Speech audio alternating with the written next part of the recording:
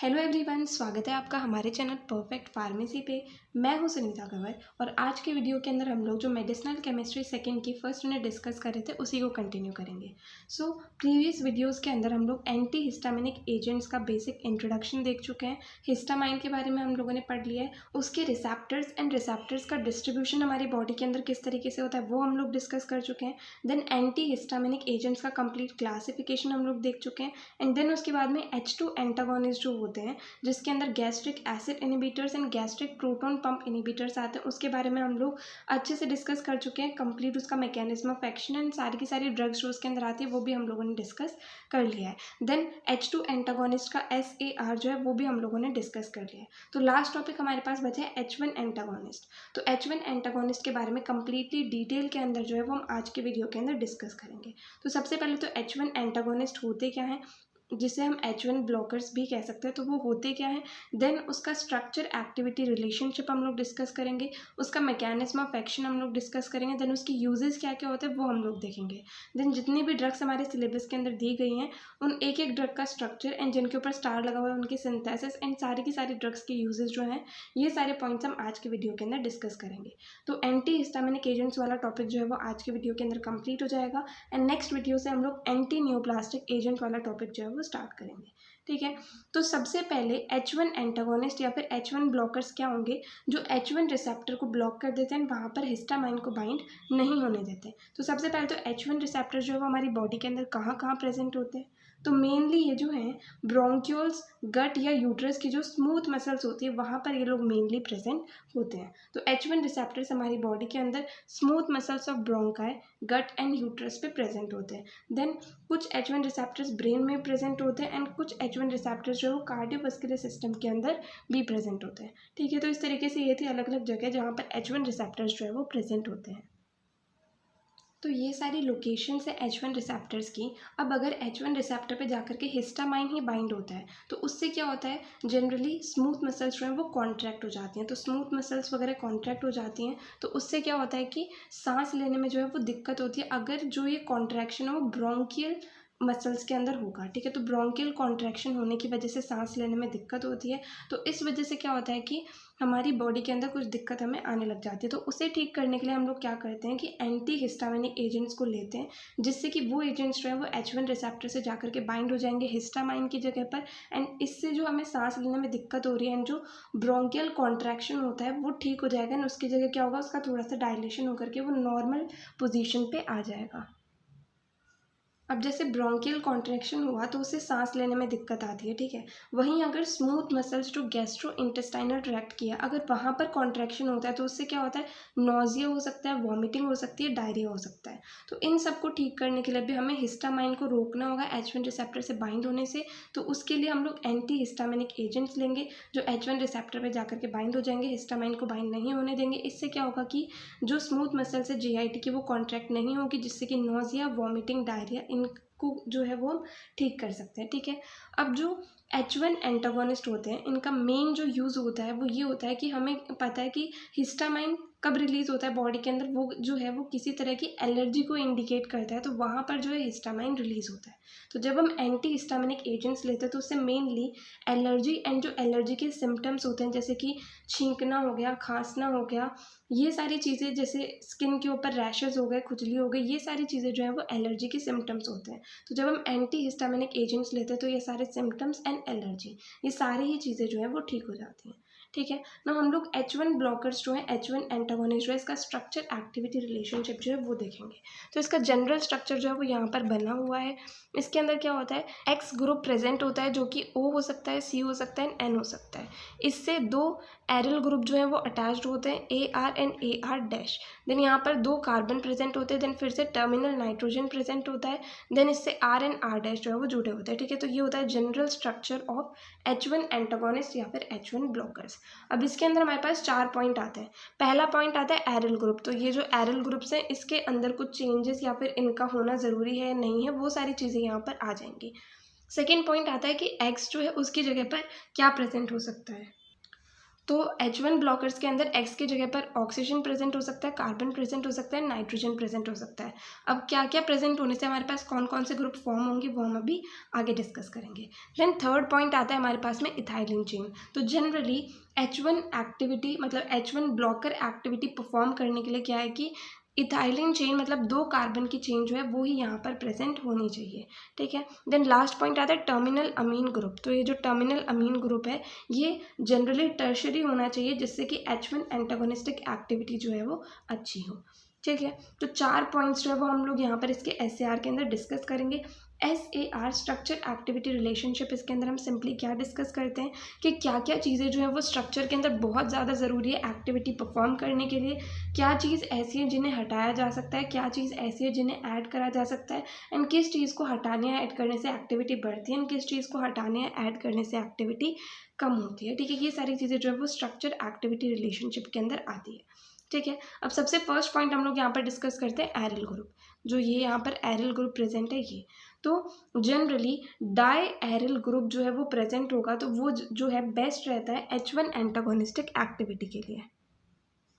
जैसे यहाँ पर डाइफेनहाइड्रामाइन का स्ट्रक्चर बना हुआ है and most of the H1 antagonist या फिर H1 ब्लॉकर जो होता है उसके अंदर डाई एरिल सब्सटीट्यूशन जो है वो प्रेजेंट होता ही है, क्योंकि डाई एरिल सब्सटीट्यूशन जो है ये बहुत ज़्यादा ज़रूरी होता है H1 एंटागोनिस्टिक एक्टिविटी के लिए, एंड साथ ही साथ ये ज़रूरी होता है H1 रिसेप्टर से बाइंड होने के लिए, मतलब ईजिली बाइंड हो सकता है अगर डाई एरिल ग्रुप जो है वो प्रेजेंट होता है तो, ठीक है। सेकेंड पॉइंट हमारे पास ये आता है कि जो यहाँ पर 2 एरिल ग्रुप मतलब डाई एरिल ग्रुप जो प्रेजेंट है ये क्या करता है कि जो हमारे पास में कंपाउंड है या फिर जो ड्रग है उसे नॉन कोप्लेनर कन्फर्मेशन बनाने में मदद करता है, एंड इससे क्या होता है कि H1 रिसेप्टर से इंटरैक्ट होने में ड्रग जो है वो ईजिली इंटरैक्ट कर पाती है H1 रिसेप्टर से, ठीक है। नाउ नेक्स्ट पॉइंट हमारे पास ये आता है कि जो 2 एरोमेटिक रिंग्स हैं वो एक दूसरे से कनेक्टेड हो सकती हैं ऑर्थो पोजीशन पर सल्फर से, जैसा कि प्रोमेथाजीन के अंदर होता है। जैसे यहाँ पर हमारे पास ये प्रोमेथाजीन का स्ट्रक्चर है, ठीक है। तो यहाँ पर क्या होगा, ये तो हमारे पास में X हो गया, देन ये CH CH N CH3 CH3। अब जो ये 2 हमारे पास एरिल रिंग या फिर 2 जो एरोमेटिक रिंग 2 प्रेजेंट है हमारे पास, ये ऑर्थो पोजीशन पर सल्फर से जुड़ी हुई हो सकती हैं, ठीक है, जैसा कि प्रोमेथाजीन के अंदर होता है। तो सिंपली यहाँ पर हमारा जनरल स्ट्रक्चर कहाँ पर आ गया, ये हो गया X, ये आ गया इथाइलिन चेन, देन इसके बाद में ये आ गया N एंड ये आ गया R1 एंड R2, मतलब R एंड R' जो भी हम लोग इसको कहें, एंड ये 2 एरिल ग्रुप आ गए इन ऑर्थो पोजीशन पर, ये जो है सल्फर से जुड़े हुए हो सकते हैं। अब एरिल ग्रुप के अंदर जो नेक्स्ट पॉइंट आता है वो ये आता है कि एक एरोमेटिक रिंग जो है उसे हेट्रोसाइक्लिक रिंग से रिप्लेस करा जा सकता है एंड उससे भी एक्टिविटी जो है वो अच्छी होती है। जैसे एग्जांपल हमारे पास है डॉक्सिल अमीन सक्सिनेट। तो डॉक्सिल अमीन जो है इसके अंदर एक एरोमेटिक रिंग जो है उसे हेट्रो एटमिक रिंग से हमने रिप्लेस कर दिया, बट इससे इसकी एक्टिविटी जो है वो अच्छी ही होती है, ठीक है। सो ये था हमारा फर्स्ट पॉइंट एरिल ग्रुप के अंदर। सबसे पहला पॉइंट ये है कि डाई एरिल सब्सटीट्यूशन जो है वो बहुत ज़्यादा ज़रूरी होता है H1 रिसेप्टर से एफिनिटी के लिए। दूसरा ये है कि जो 2 एरिल ग्रुप प्रेजेंट होते हैं ये क्या करते हैं, मदद करते हैं नॉन कोप्लेनर कन्फर्मेशन बनाने के लिए, एंड उससे क्या होता है कि H1 रिसेप्टर से जो इंटरेक्शन होता है उसके लिए ये चीज़ ज़रूरी होती है। थर्ड पॉइंट ये है कि जो 2 एरोमेटिक रिंग्स होती हैं वो एक दूसरे से कनेक्टेड हो सकती है ऑर्थो पोजीशन पर सल्फर से, जैसा कि प्रोमेथाजीन के अंदर होता है, एंड उससे भी एक्टिविटी जो है वो अच्छी ही होती है। देन नेक्स्ट ये है कि एक एरोमेटिक रिंग जो है वो हेट्रो एटमिक रिंग से रिप्लेस हो सकती है, एंड उससे जो कंपाउंड मिलता है जैसे कि एग्जांपल है डॉक्सिलअमीन, उसका एक्शन जो है वो बेटर होता है, ठीक है। नाउ सेकेंड पॉइंट हम लोग डिस्कस करेंगे कि एक्स की जगह पर अलग अलग चीज़ें जो हैं वो प्रेजेंट हो सकती हैं। तो सेकेंड पॉइंट आएगा नेचर ऑफ एक्स। तो एक्स की जगह अगर ऑक्सीजन प्रेजेंट होता है तो वो ईथर ऑक्सीजन एटम होता है, उससे जो हमें क्लास मिलती है ड्रग्स की वो मिलती है अमीनो एल्काइल ईथर डेरिवेटिव, ठीक है। एंड जो जनरल स्ट्रक्चर उससे बनता है वो आता है यहाँ पर, तो आ गया हमारे पास CO, ठीक है। एक्स की जगह आ गया CO, देन यहाँ पर AR प्रेजेंट है, यहाँ CNR प्रेजेंट है, ठीक है। तो अगर नेचर ऑफ एक्स के अंदर ईथर ऑक्सीजन एटम प्रेजेंट है, एक्स की जगह पर CO प्रेजेंट है, तो हमारे पास जो क्लास ऑफ ड्रग आएगी वो आएगी amino alkyl ether derivative. Now next आता है, अगर एक्स की जगह पर कार्बन एटम प्रेजेंट है तो उससे जो क्लास ऑफ ड्रग हमें मिलेगी वो आएगी प्रोपाइल अमीन डेरिवेटिव, एंड जो जनरल स्ट्रक्चर बनेगा वो बनेगा CCC AR डैश, यहाँ पर नाइट्रोजन, यहाँ पर R डैश। ठीक है, देन नेक्स्ट आता है, अगर नाइट्रोजन प्रेजेंट है एक्स की जगह पर तो उससे जो हमें क्लास ऑफ ड्रग मिलेगी वो आएगी इथाइलिन डायमीन डेरिवेटिव, एंड उससे जो हमारा जनरल स्ट्रक्चर बनेगा वो आ जाएगा NAR डैश CCNR डैश। ठीक है, तो इस तरीके से एक्स का नेचर क्या है उसके ऊपर डिपेंड करता है कि कौन सी क्लास ऑफ ड्रग जो है वो हमें मिलेगी। अगर एक्स का नेचर जो है वो ईथर ऑक्सीजन एटम मतलब CO उसकी जगह पर जुड़ जाएगा तो उससे हमें amino alkyl ether derivative class मिलेगी। अगर एक्स की जगह पर कार्बन जुड़ जाएगा तो उससे हमें प्रोपाइल अमीन डेरिवेटिव क्लास मिलेगी, एंड अगर एक्स की जगह पर नाइट्रोजन प्रेजेंट होगा तो उससे हमें इथाइलिन डायमीन डेरिवेटिव क्लास जो है वो मिलेगी। ठीक है, एंड अगर हम लोग एक्स को इन तीनों के अलावा और किसी चीज़ से सब्सटीट्यूट करते हैं तो उससे क्या होता है कि एक्टिविटी जो है वो रिड्यूस हो जाती है। नाउ थर्ड जो पॉइंट हम इसके अंदर डिस्कस करेंगे वो आएगा इथाइलिन चेन। ठीक है, अब जो इथाइलिन चेन होती है मतलब इस जगह पर 2 कार्बन प्रेजेंट होते हैं तो वो ज़रूरी होते हैं मैक्सिमम एक्टिविटी के लिए। ठीक है, अगर चेन की लेंथ को इंक्रीज करा जाता है या फिर यहाँ पर किसी भी तरह की ब्रांचिंग करी जाती है तो उससे एक्टिविटी जो है वो रिड्यूस होती है। यहाँ पर प्रोमेथाजीन जो है वो इसका एक्सेप्शन है। प्रोमेथाजीन के अंदर क्या होता है, सेकेंड वाला कार्बन जो है उसके ऊपर मिथाइल ग्रुप प्रेजेंट होता है बट उसकी एक्टिविटी जो है उसकी वजह से रिड्यूस नहीं होती है। बाकी इसके अलावा जनरली अगर हम इस चेन की लेंथ को इंक्रीज करते हैं या फिर इसके ऊपर किसी भी तरह की ब्रांचिंग करते हैं तो क्या होता है कि एक्टिविटी जो है वो कम हो जाती है। सिर्फ और सिर्फ प्रोमेथाजीन के अंदर ऐसा नहीं होता है। अब बाकी ये चेन जो होती है 2 कार्बन की है, कभी सैचुरेटेड भी हो सकती है, अनसैचुरेटेड भी हो सकती है, कभी कभी क्या ये रिंग सिस्टम का पार्ट भी हो सकती है। ठीक है, सो इथाइलिन चेन मतलब 2 कार्बन की चेन जो है वो बहुत ज़्यादा इंपॉर्टेंट है मैक्सिमम एक्टिविटी के लिए।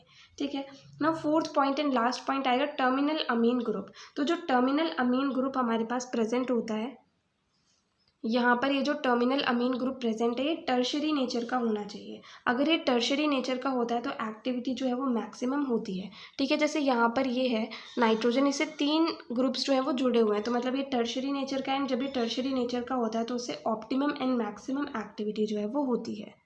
अब हमने यहाँ पर देखा कि ये जो अमीन है टर्शरी होना चाहिए, बट कुछ ड्रग्स के अंदर ये क्या है हेट्रोसाइक्लिक रिंग का पार्ट भी हो सकता है, जैसे कि पाइपराजिन क्लास जो हमारे पास आती है क्लासिफिकेशन के अंदर, जैसे कि क्लोरसाइक्लिजिन ड्रग हो गई। इसके अंदर क्या होता है कि जो ये टर्शरी नाइट्रोजन है एक रिंग हेट्रोसाइक्लिक रिंग का पार्ट भी हो सकता है।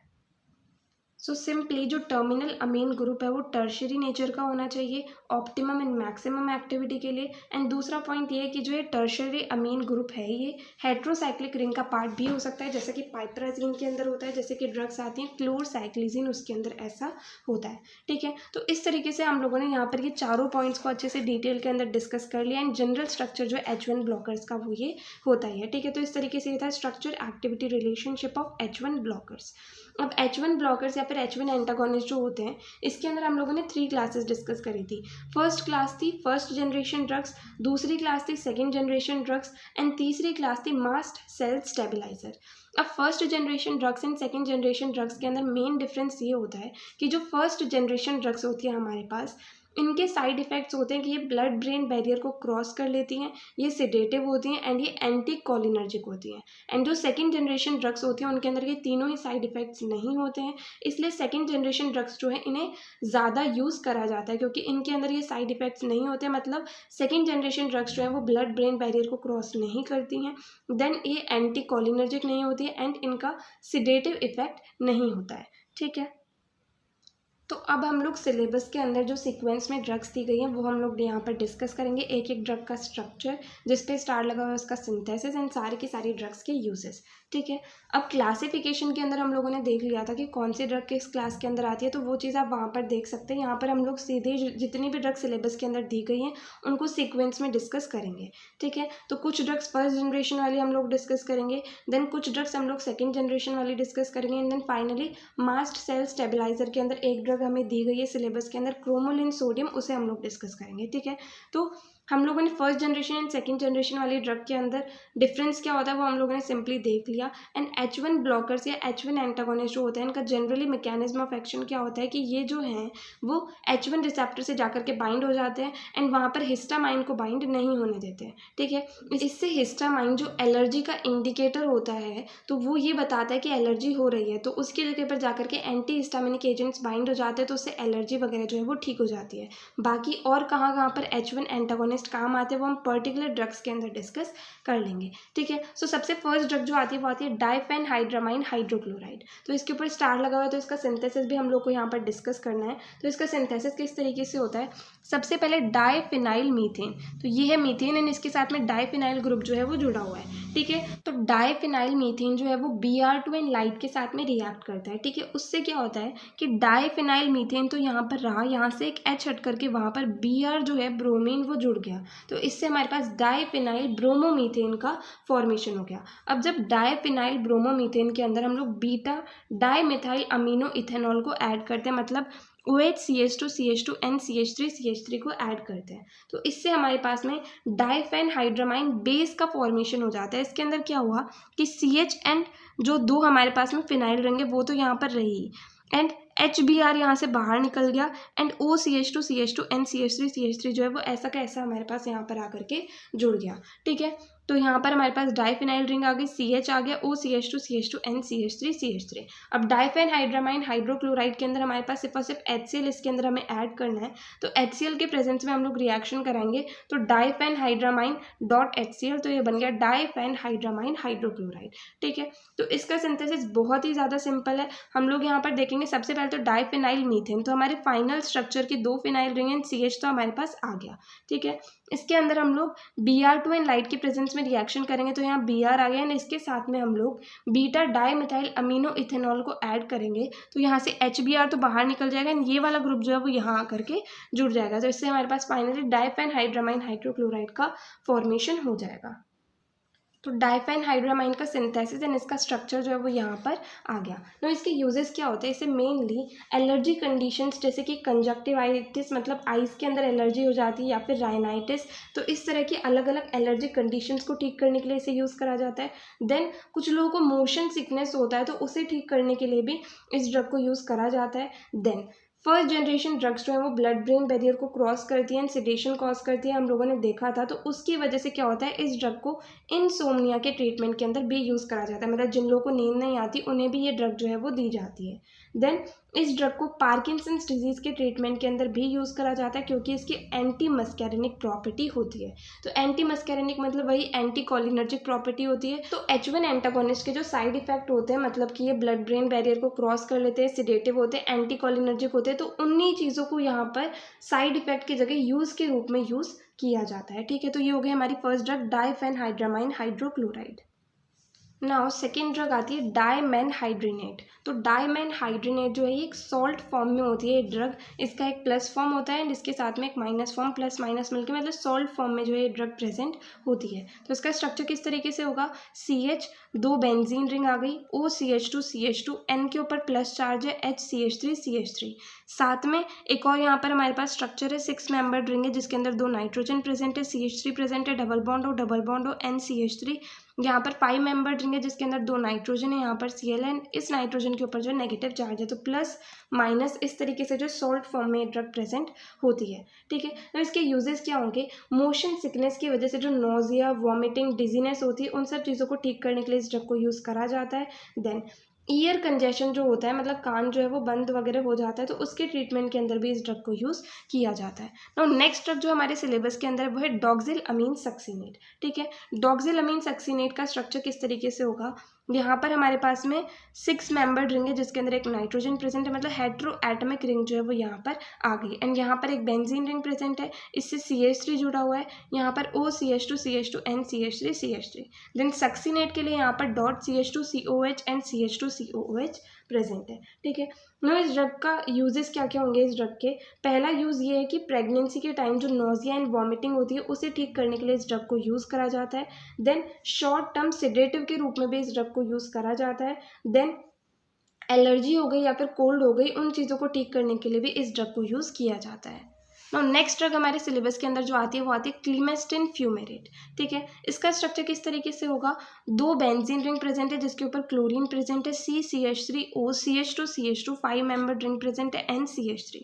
देन फ्यूमेरेट के लिए यहाँ पर dot CHCOH double bond CHCOOH जो है वो प्रेजेंट है। ठीक है, तो इस तरीके से क्लीमेस्टिन फ्यूमेरेट जो है इसका स्ट्रक्चर होता है। नाउ इस ड्रग के यूजेस क्या होंगे, इसे एलर्जी के ट्रीटमेंट के अंदर, कॉमन कोल्ड के ट्रीटमेंट के अंदर यूज़ करा जाता है। देन इसकी एंटी कोलिनर्जिक प्रॉपर्टीज़ भी होती हैं। ठीक है, नाउ नेक्स्ट ड्रग जो हमारे सिलेबस के अंदर आती है वो आती है डाइफिनाइल पायरेलिन हाइड्रोक्लोराइड। ठीक है, इसका स्ट्रक्चर किस तरीके से होगा, इसके अंदर भी 2 बेंजीन रिंग जो डाई एरिल ग्रुप प्रेजेंट होते हैं, एंड डाई एरिल ग्रुप जो है वो बहुत ज़्यादा ज़रूरी होते हैं एक्टिविटी के लिए, जैसा कि हमने SAR के अंदर देखा था। तो ये डाई एरिल ग्रुप जो है वो ज़्यादा से ज़्यादा ड्रग्स के अंदर प्रेजेंट है। ठीक है, तो डाई एरिल ग्रुप प्रेजेंट है, देन यहाँ पर CHO, देन यहाँ पर 6 मेंबर रिंग प्रेजेंट है, NCH3 एंड डॉट HCl। ठीक है, ये है डाइफिनाइल पायरेलिन हाइड्रोक्लोराइड का स्ट्रक्चर। नाउ इस ड्रग के यूजेस क्या होंगे, इसे यूज़ करा जाता है राइनाइटिस के ट्रीटमेंट के अंदर, हे फीवर के ट्रीटमेंट के अंदर, कॉमन कोल्ड के ट्रीटमेंट के अंदर, कफ के ट्रीटमेंट के अंदर, एंड साथ ही साथ पार्किंसंस डिजीज जो होती है उसके ट्रीटमेंट के अंदर भी इस ड्रग को यूज़ किया जाता है। Now next drug is tripelennamine hydrochloride. ठीक है, इसका स्ट्रक्चर किस तरीके से होगा, यहाँ पर हमारे पास 6 मेंबर रिंग प्रेजेंट है जिसके अंदर नाइट्रोजन प्रेजेंट है, यहाँ पर N है, CH2 है, बेंजीन रिंग है, CH2 NCH3 डॉट HCl। ठीक है, इस तरीके से जो ट्राइपेलिनामीन हाइड्रोक्लोराइड का स्ट्रक्चर होगा। तो इसके यूजेस क्या होंगे, इसे एंटी हिस्टामिनिक एजेंट के रूप में यूज़ करा जाता है जब अपर रेस्पिरेटरी ट्रैक्ट के अंदर एलर्जी हो जाती है, जैसे कि अस्थमा जो है उसके ट्रीटमेंट के अंदर इस ड्रग को यूज़ करा जाता है, हे फीवर के ट्रीटमेंट के अंदर इसे यूज़ करा जाता है, राइनाइटिस के ट्रीटमेंट के अंदर भी इस ड्रग को यूज़ करा जाता है। देन इसे एक्सपेक्टोरेंट के रूप में भी यूज़ किया जाता है।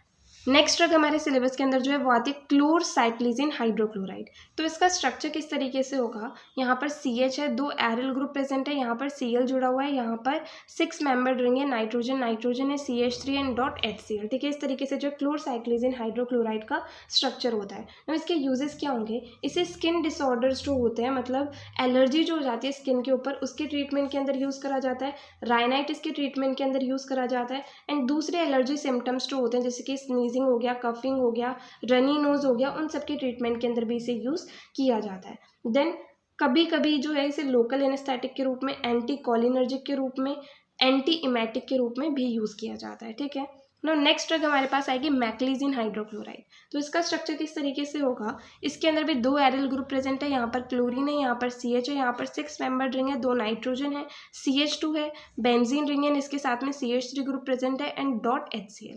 ठीक है, ये है मैक्लीजिन हाइड्रोक्लोराइड का स्ट्रक्चर।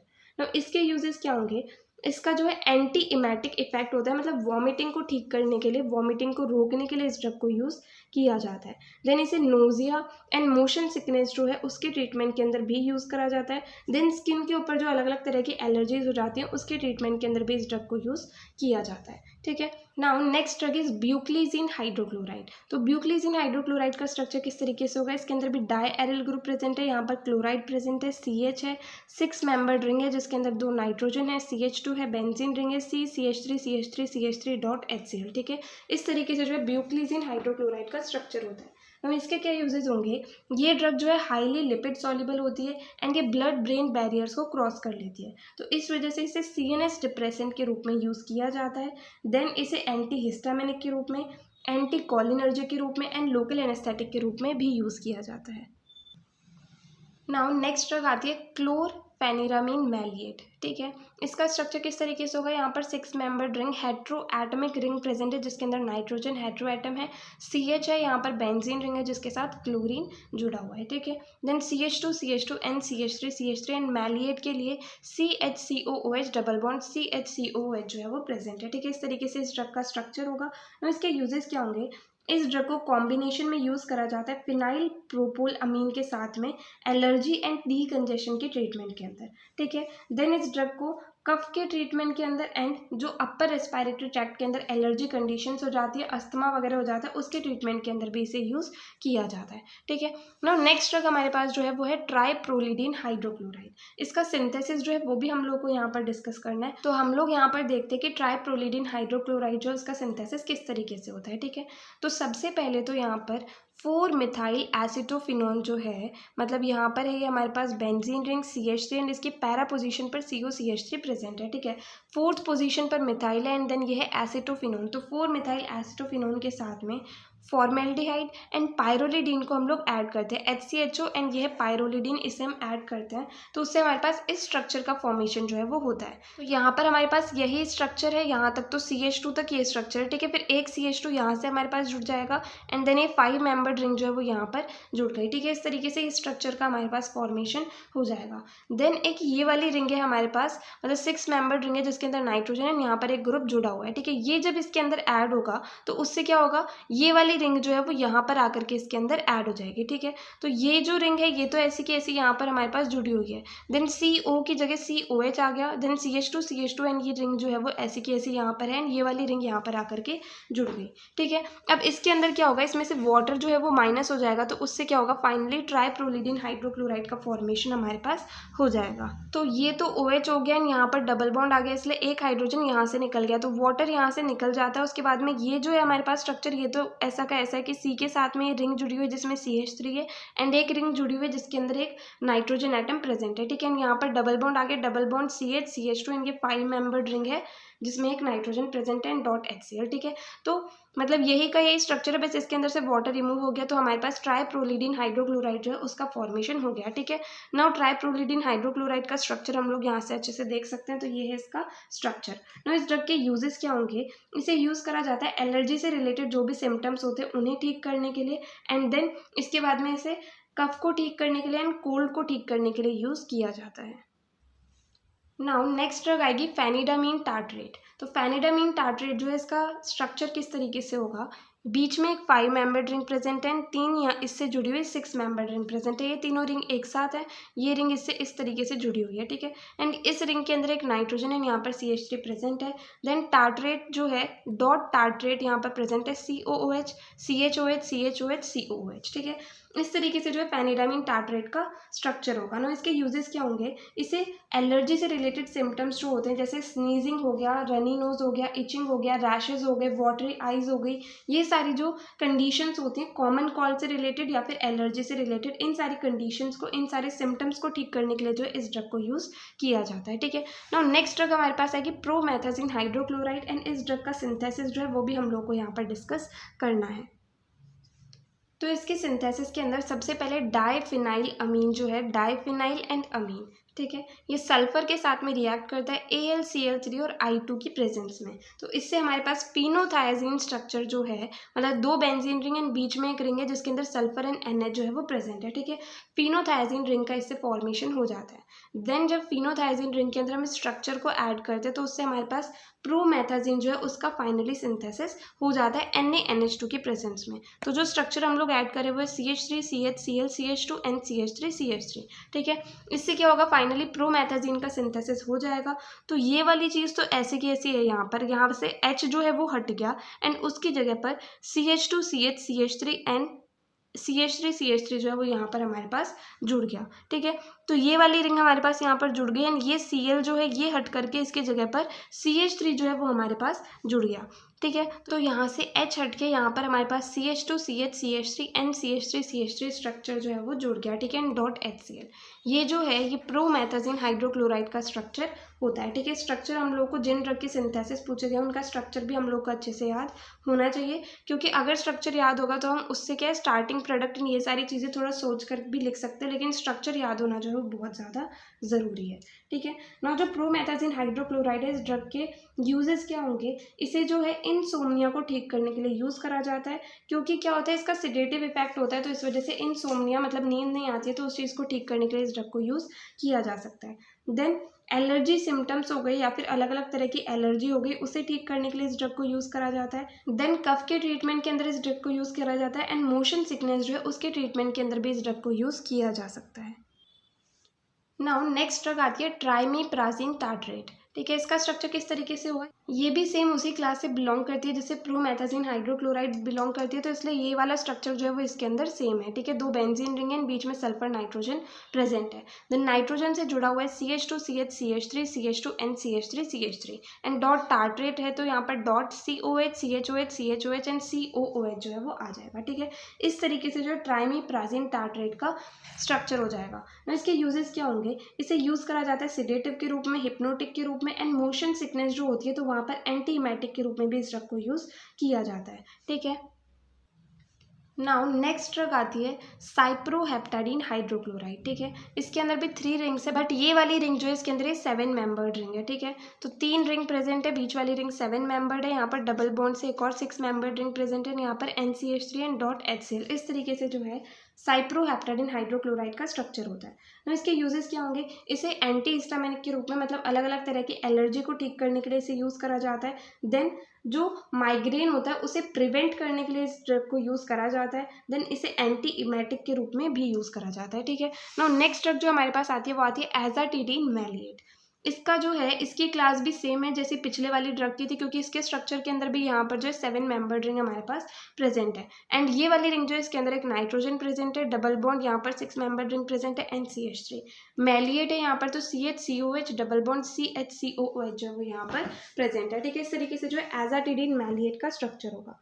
ना इसके क्या यूज़ होंगे, जो अपर रेस्पिरेटरी ट्रैक्ट होती है उसके अंदर कंजेशन हो जाता है तो उसे ठीक करने के लिए इस ड्रग को यूज़ करा जाता है। देन TB के अंदर जो कंजेशन हो जाता है रेस्पिरेटरी ट्रैक्ट के अंदर उसे ठीक करने के लिए भी इस ड्रग को यूज़ करा जाता है। नाउ नेक्स्ट ड्रग जो है वो आती है एस्टिमिजोल, ठीक है। नाउ इसका स्ट्रक्चर किस तरीके से होगा, सबसे पहले यहाँ पर एक 6 मेंबर्ड रिंग प्रेजेंट है, यहाँ पर 5 मेंबर जिसके अंदर 2 नाइट्रोजन है, यहाँ CH2 बेंजीन रिंग फ्लोरीन, ठीक है। NH 6 membered ring NCH2 then यहाँ बेंजीन रिंग एंड OCH3, ठीक है। इस तरीके से जो है एस्टिमिजोल ड्रग जो है उसका स्ट्रक्चर होता है। ये जो है अब सेकेंड जनरेशन वाली ड्रग्स यहाँ से स्टार्ट हो गई हैं। अब इसके यूजेस क्या होंगे, इसे एलर्जी सिम्टम्स जो होते हैं जैसे कि रनी नोज हो गई, कोल्ड हो गए, स्नीजिंग हो गया, कफ हो गया, उन सारी चीज़ों को जो है ठीक करने के लिए यूज़ करा जाता है। देन राइनाइटिस कंजक्टिवाइटिस जो कि एलर्जी के टाइप से उन्हें ठीक करने के लिए भी इस ड्रग को यूज़ करा जाता है, ठीक है। नेक्स्ट ड्रग हमारे पास जो आती है वो आती है लोराटाडिन। इसका स्ट्रक्चर किस तरीके से होगा, यहाँ पर बेंजीन रिंग है, यहाँ पर 7 मेंबर्ड रिंग है, यहाँ पर हेट्रोसाइक्लिक रिंग है जिसके अंदर नाइट्रोजन प्रेजेंट है, यहाँ पर क्लोराइड है, यहाँ पर डबल बॉन्ड करके 6 मेंबर्ड रिंग है जिसके अंदर NCOOCH2CH3 जो है वो प्रेजेंट है, ठीक है। इस तरीके से लोराटाडिन ड्रग जो है उसका स्ट्रक्चर होता है। तो इसके यूजेस क्या होंगे, इसे जो है एलर्जिक सिम्टम्स को ठीक करने के लिए यूज़ करा जाता है, राइनाइटिस को ठीक करने के लिए यूज़ करा जाता है, अर्टिकेरिया जो एक डिजीज़ होती है जो कि एलर्जी से रिलेटेड होती है उसे ठीक करने के लिए भी इस ड्रग को यूज़ किया जाता है।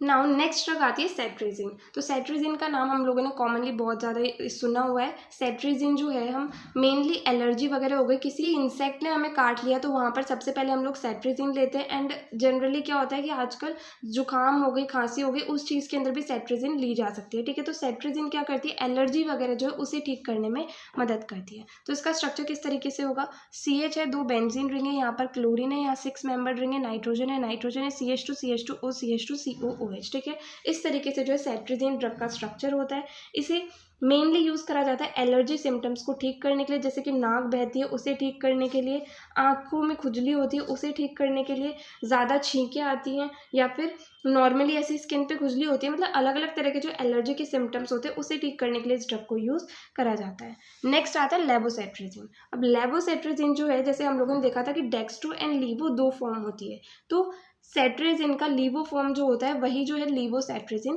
कहलाती है, ठीक है। तो इसके अंदर भी CH है, 2 यहाँ पर हमारे पास में बेंजीन रिंग है, यहाँ पर Cl है, यहाँ 6 मेंबर रिंग है जिसके अंदर N है, CH2 OCH2 COOH, ठीक है। मतलब इनका स्ट्रक्चर सेम ही है, बट क्या है, ये लेवोसेट्रिजिन जो है वो सेट्रिजिन का लीवो वाला फॉर्म जो है वो ये होता है, ठीक है। इसे भी जनरली जो सिम्टम्स होते हैं एलर्जी के, लाइक जैसे कि रनी नोज हो गई, स्नीजिंग हो गया, इचिंग हो गया, उन्हीं सब चीज़ों को ठीक करने के लिए यूज़ करा जाता है। नाउ लास्ट ड्रग जो दी गई है H1 एंटागोनिस्ट के अंदर वो है क्रोमोलिन सोडियम एंड ये जो है मास्ट सेल स्टेबलाइजर की कैटेगरी के अंदर आती है, ठीक है। इसका स्ट्रक्चर किस तरीके से होगा, यहाँ पर हमारे पास एक 6 मेंबर रिंग है जिसके अंदर ऑक्सीजन है, इससे जुड़ी हुई है एक बेंजीन रिंग, यहाँ पर डबल बॉन्ड O है, यहाँ पर COONA प्रेजेंट है, यहाँ पर OCH2 CHOH CH2O, फिर ये वाला स्ट्रक्चर एंड ये वाला स्ट्रक्चर ये दोनों जो है वो सेम ही है। ठीक है, यहाँ पर बेंजीन रिंग है जिससे O जुड़ा हुआ है, यहाँ पर 6 मेंबर रिंग है जिसके अंदर O है, डबल बॉन्ड O है, COONA है। ठीक है, इस तरीके से जो क्रोमोलिन सोडियम ड्रग का स्ट्रक्चर होता है। ठीक है, अब इसका मैकेनिज्म ऑफ एक्शन जो है वो थोड़ा सा अलग होता है। ये ड्रग क्या करती है कि मास्ट सेल्स का जो डीग्रेन्युलेशन होता है उसे रोक देती है, जिससे क्या होता है कि हिस्टामाइन का रिलीज जो है वो रुक जाता है। तो हिस्टामाइन जो है वो अपने रिसेप्टर से बाइंड नहीं हो पाता। वही है कि H1 एंटागोनिस्ट क्या होते हैं, हिस्टामाइन को वहाँ पर बाइंड नहीं होने देते। तो क्रोमोलिन सोडियम क्या करता है कि मास्ट सेल्स के डीग्रेन्युलेशन को रोक देता है, जिससे कि हिस्टामाइन जो है वो रिलीज नहीं होता, एंड साथ ही साथ कैल्शियम इन्फ्लक्स जो होता है उसे भी ये ड्रग जो है वो रोक देती है। ठीक है, ना इस ड्रग के यूजेस क्या होंगे, जो ब्रोंकियल अस्थमा होता है एंड जो ब्रोंकोस्पाज्म होता है उसे ठीक करने के लिए इस ड्रग को यूज़ में लिया जाता है। देन जो एलर्जिक राइनाइटिस होती है उसे ठीक करने के लिए इस ड्रग को यूज़ में लिया जाता है। देन कंजक्टिवाइटिस जो होता है, मतलब आइज़ के अंदर जो एलर्जी हो जाती है उसे ठीक करने के लिए भी इस ड्रग को यूज़ किया जाता है। ठीक है, तो यहाँ पर हमें फर्स्ट यूनिट के अंदर एंटी हिस्टामिनिक एजेंट्स के अंदर जितने भी जो भी टॉपिक्स डिस्कस करने थे वो कंप्लीट होते हैं, एंड साथ ही साथ एंटी हिस्टामिनिक एजेंट्स वाला टॉपिक जो है वो यहाँ पर कंप्लीट होता है। ठीक है, तो एंटी हिस्टामिनिक एजेंट्स के नोट्स जो है वो आपको जल्दी से जल्दी मिल जाएंगे। अगर आपको इस टॉपिक के अंदर कहीं भी कोई भी डाउट आए तो आप कमेंट सेक्शन में पूछ सकते हैं। एंड अगर आपको वीडियो हेल्पफुल लगी तो प्लीज़ आप इस वीडियो को लाइक करना, अपने फ्रेंड्स के साथ भी शेयर करना और चैनल को सब्सक्राइब करना। थैंक यू सो मच इस वीडियो को एंड तक देखने के लिए एंड चैनल को सपोर्ट करने के लिए।